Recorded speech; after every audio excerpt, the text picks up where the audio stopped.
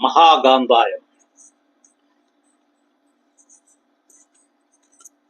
ഇത് വർഷങ്ങൾക്ക് മുമ്പ് ഞാൻ എഴുതിയ മഹാഭാരത സംബന്ധമായ ഒരു വിശ്ലേഷണമാണ്. ഇതൊരിക്കൽ എൻ്റെ സുഹൃത്ത് വാങ്ങിയത് ഗാന്ധാരിയുടെ ചിത്രസഹിതം ഫേസ്ബുക്കിലൊക്കെ കൊടുത്തിരുന്നു. അതിൽ കടപ്പാട് ശിവകുമാർ ഐത്ര എന്ന് എഴുതിയിരുന്നു. മഹാഗാന്ധാരം. രാമന്റെ അയനമാണ് രാമായണം. വാൽമീകിയുടെ ഈ മഹാകാവ്യത്തിൽ നിന്ന് പിന്നീട് എത്രയെത്ര അയനങ്ങളാണ് രചിക്കപ്പെട്ടത്. സീതായനം ഉണ്ടായി, ലക്ഷ്മണായനം ഉണ്ടായി, ഭരതായനം ഉണ്ടായി, രാവണായനം ഉണ്ടായി, ഊർമിളായനം വരെ ഉണ്ടായി. അതുപോലെ മഹാഭാരതത്തിൽ നിന്നും എത്രയെത്ര സൃഷ്ടികളാണ് ഉണ്ടായിരിക്കുന്നത്. വ്യാസർഷിയുടെ ആ മഹാവാക്യത്തിൽ നിന്നും അനർഗളമായി ഇന്നും പ്രവഹിച്ചുകൊണ്ടേയിരിക്കുന്നു. മഹാസാഹിത്യ സുധാ സൗധങ്ങൾ, വിമർശനങ്ങൾ, തത്വദർശനങ്ങൾ തുടങ്ങിയവ. ഇന്നും ആ ഗംഗാപ്രവാഹം വേനലിലും വൃഷ്ടിയിലും ഒരുപോലെ അനുസ്യൂതമായി പ്രവഹിച്ചുകൊണ്ടേയിരിക്കുന്നു. ചിലർ പറയുന്നു അത് ശ്രീകൃഷ്ണ ചരിതമാണ് എന്ന്, ചിലർ കണ്ണന്റെ ചരിതമെന്നും, വേറെ ചിലർ അർജുനന്റെ ചരിതമെന്നും, ധർമ്മരാജന്റെ ധർമ്മനിഷ്ഠയുടെ കഥയെന്നും, പിന്നെ ചിലർക്ക് രണ്ടാം ഊഴക്കാരൻ അതായത് ഭീമസേനന്റെ ചരിതമാണ് എന്നും പറയുന്നു. ഭീഷ്മ പിതാമഹന്റെ ചരിതമെന്ന് ചിലർ, ദ്രോണാചാര്യരുടെന്നും ചിലർ, മറ്റു ചിലർ അശ്വത്ഥാമാവിനെ കഥാനായകനാക്കി രചനകൾ നടത്തുന്നു.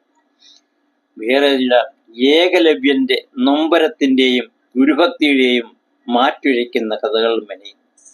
അതല്ല കുന്തിയുടേതെന്ന് മറ്റു ചിലരും, അതുമല്ല അതിലെ കേന്ദ്ര കഥാപാത്രം പാഞ്ചാലിയാണെന്നും വേറെ ചിലരും വാദിക്കുന്നു.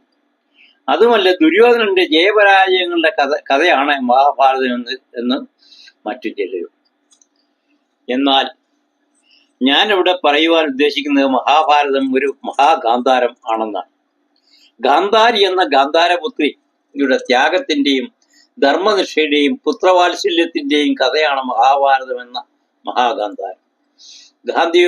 ഗാന്ധാരിയുടെ ഹൃദയാന്തരംഗാളങ്ങളിൽ കുരുക്ഷേത്ര യുദ്ധത്തെക്കാൾ വലിയൊരു മഹായുദ്ധം തന്നെ നടക്കുന്നതായി കാണാം. ഭാരത സാമ്രാട്ടിന്റെ ധർമ്മപത്നി എന്ന നിലയ്ക്കുള്ള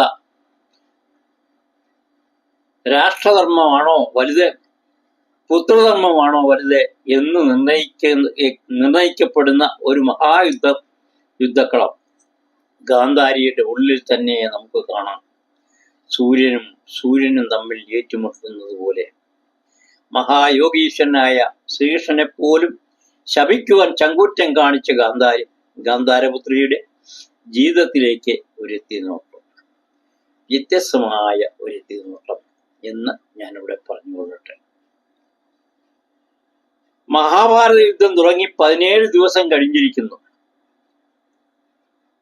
കഴിഞ്ഞ 17 ദിവസങ്ങളിലും പ്രഭാതങ്ങളിലും ദുര്യോധനൻ ആശീർവാദം തേടി മാതൃസവിധത്തിലെത്തിയിരുന്നു.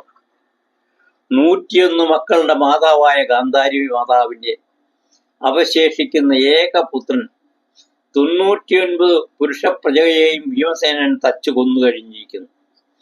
പുത്രീ ഭർത്താവായ ജയദ്രഥനെ അർജുനനും കൊന്നു. ഇത്തരം ഒരവസരത്തിൽ ഒരു മാതാവിന്റെ താപം എന്തെന്ന് സങ്കല്പിക്കുക പോലും സാധ്യമല്ല. 17 ദിവസവും മാതാവ് തന്റെ പ്രിയപുത്രൻ ആശീർവാദം നൽകിയിരുന്നു. 17 ദിവസവും ആ മാതാവ് തന്റെ പ്രിയപുത്രനെ ആശീർവാദം നൽകിയിരുന്നു. യഥോ ധർമ്മസ്തോ ജയ. ഇതാർക്കാണ് സാധിക്കുന്നത്? തപ്തയായ ആ മാതാവിന്റെ ഹൃദയത്തിൽ നിന്നും ഒഴുകി വന്ന വാക്കുകളായിരുന്നു ഇത്. ധർമ്മം എവിടെയാണോ അവിടെ വിജയവും ഉണ്ടാകും എന്നായിരുന്നു ആ മഹതിയുടെ വൈഖരി. അതെ, ദുര്യോധനൻ 17ാമത്തെ ദിവസം ഒരിക്കൽ കൂടി മാതൃസവിധയെ എത്തിയിരിക്കുന്നു.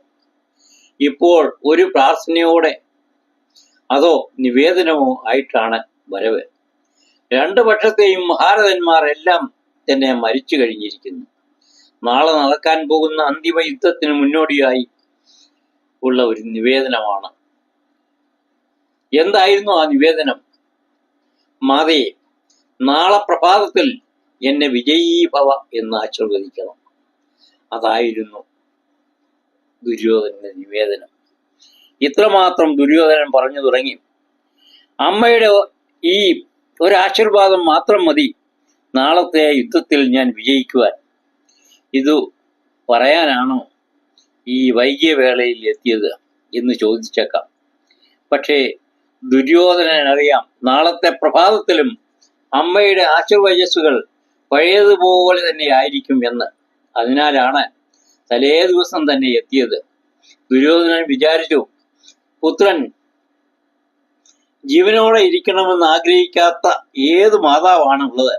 അതുകൊണ്ട് നാളത്തെ ആശീർവാദം തനിക്ക് അനുകൂലമാക്കുവാനുള്ള ഒരു മുൻകരുതൽ എന്ന നിലയ്ക്കാണ് ദുര്യോധനന്റെ ഈ വരവ്.